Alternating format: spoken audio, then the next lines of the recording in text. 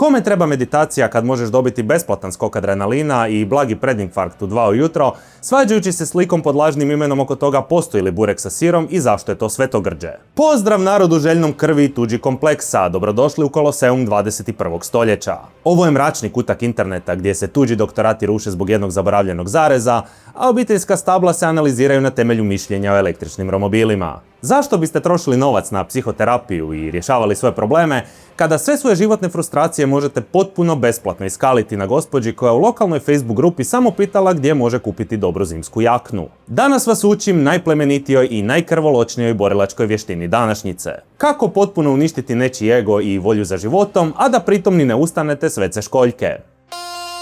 Ma nemoj.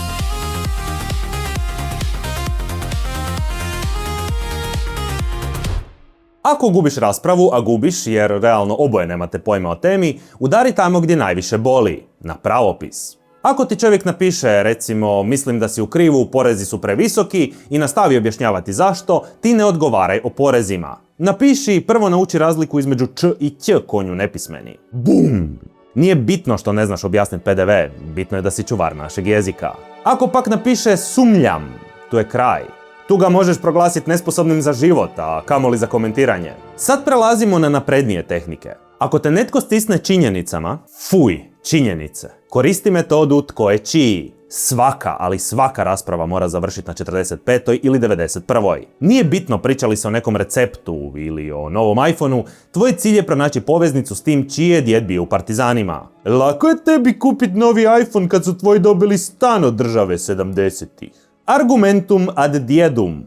Nepobjedivo. Ako ti to ne uspije, samo napiši vidi ti se po profilnoj da si sumnjiv. Što bi to trebalo značiti, niko ne zna, ali on će sada provesti 3 sata gledajući svoju sliku i tražiti što nije u redu. Svaki grad ima svoj stereotip. Zapamti to. Ako je iz Zagreba, on je bečki konjušar. Ako je iz Splita, narkoman. A kužite što hoću reći. Generalizacija je tvoj prijatelj. Iskoristi to. Idemo sada na tehniku stariji sam, dakle pametniji. Ako se svađaš s nekim tko zvuči da ima manje od 20 godina, tvoj argument je dijete drago, ja sam zaboravio više nego što ćeš ti ikada naučiti. To vam je God mode ovih prostora. Čim spomeneš godine, automatski si u pravu, pa čak i ako tvrdiš, ne znam, da internet spavamo na krumpire. Samo spomeni da si preživio 3 rata i 5 inflacija. Postaješ hodajuća knjižnica, a on je samo derište koje još miriši po mlijeku. Obavezno koristi izraze poput idi mami peri suđe i ne pametuj. Ti si još bio u tatinim gaćama kada sam ja ovo prolazio. Kada argumenti totalno zakažu, vrijeme je za dubinski sken profila. Nađeš fotku s nekog slavlja iz 2012. gdje lik ima lošu frizuru, screenshotaj to, objavi u komentar i napiši Ti ćeš nešto pričat, a ne znaš se ni ošišat. Ovdje ako nemaš dobru profilnu, tvoja IQ je sobna temperatura. Ako pak želite baciti nuklearnu bombu na svaku raspravu, samo napišite pametnom dosta. Znači, ovo je samo za situacije kada te netko pokopa činjenicama. Nemoj parirat logikom, ispašćeš glup. Samo napiši sve je to dio plana. Tko razumije, shvatit će. Pametnom dosta. Obavezno dodaj i onaj smajlić što namiguje. Da. To je savršen izlaz, jer zapravo ni ti ne razumiješ što si htio reći, ali zvučiš kao da si u masonskoj loži, a on je samo ovca. Ako se svađaš s nekim tko živi u Njemačkoj ili Irskoj, samo napiši lako je tebi srat iz Minhena, dođi ovdje pa preživljavaj. Ako je on pak tu, a ti vani, zato vam i je tako jer samo znate kukat u komentarima umjesto da radite. U oba slučaja netko je izdajnik, a netko je glup. Idealno.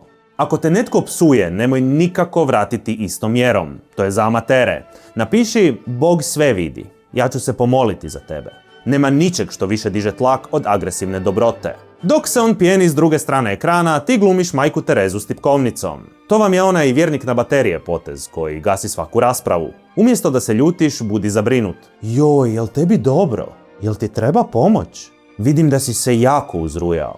Sažaljenje je najviši oblik uvrede, smatraš ga psihičkim slučajem pred svima, a ti ostaješ smireni promatrač. Kada te netko baš iznervira sa dugim postom, odgovori mu sa joj daj napiši još koju rečenicu, možda te netko napokon primijeti. Ili evo svi smo stali s poslom samo da pročitamo tvoj esej. Ništa ne boli više od toga da mu kažeš da je nebitan, dok mu zapravo posvećuješ 20 minuta života. Jako je bitno da shvatite da je pisanje velikim slovima ključno. To nije samo pisanje, to je dominacija. Miševi pišu malim slovima, autoritet velikim, a ti nisi miš. Čak i ako pišeš neki recept, u caps locku zvuči kao proglas o mobilizaciji. Kada želite dokazati poantu, obavezno pošaljite link na video od 4 sata koji se zove Istina koju vam kriju. Kad kaže da nema vremena to gledati, ti samo poentiraš. Eto, ne želiš se educirat, a voliš pričat.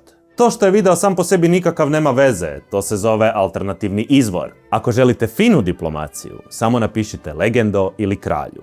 Što je pohvala veća, uvreda je dublja, a mi želimo dokazati da je idiot epskih razmjera. Bravo, legendo, ti si valjda jedini pametan ovdje.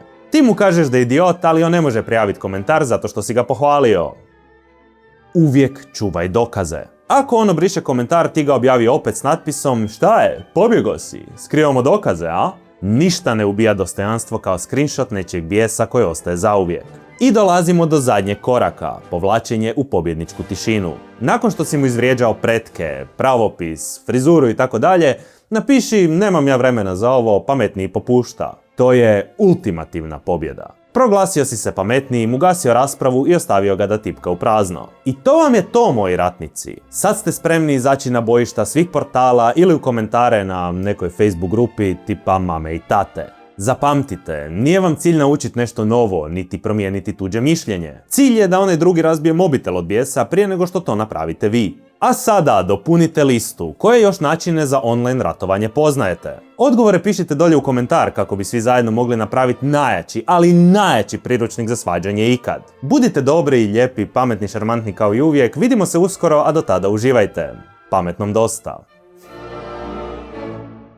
Nakon što si mu izvrijeđao prijetke, buraz. A nemoj me jebate. Strašno. O, zjapad.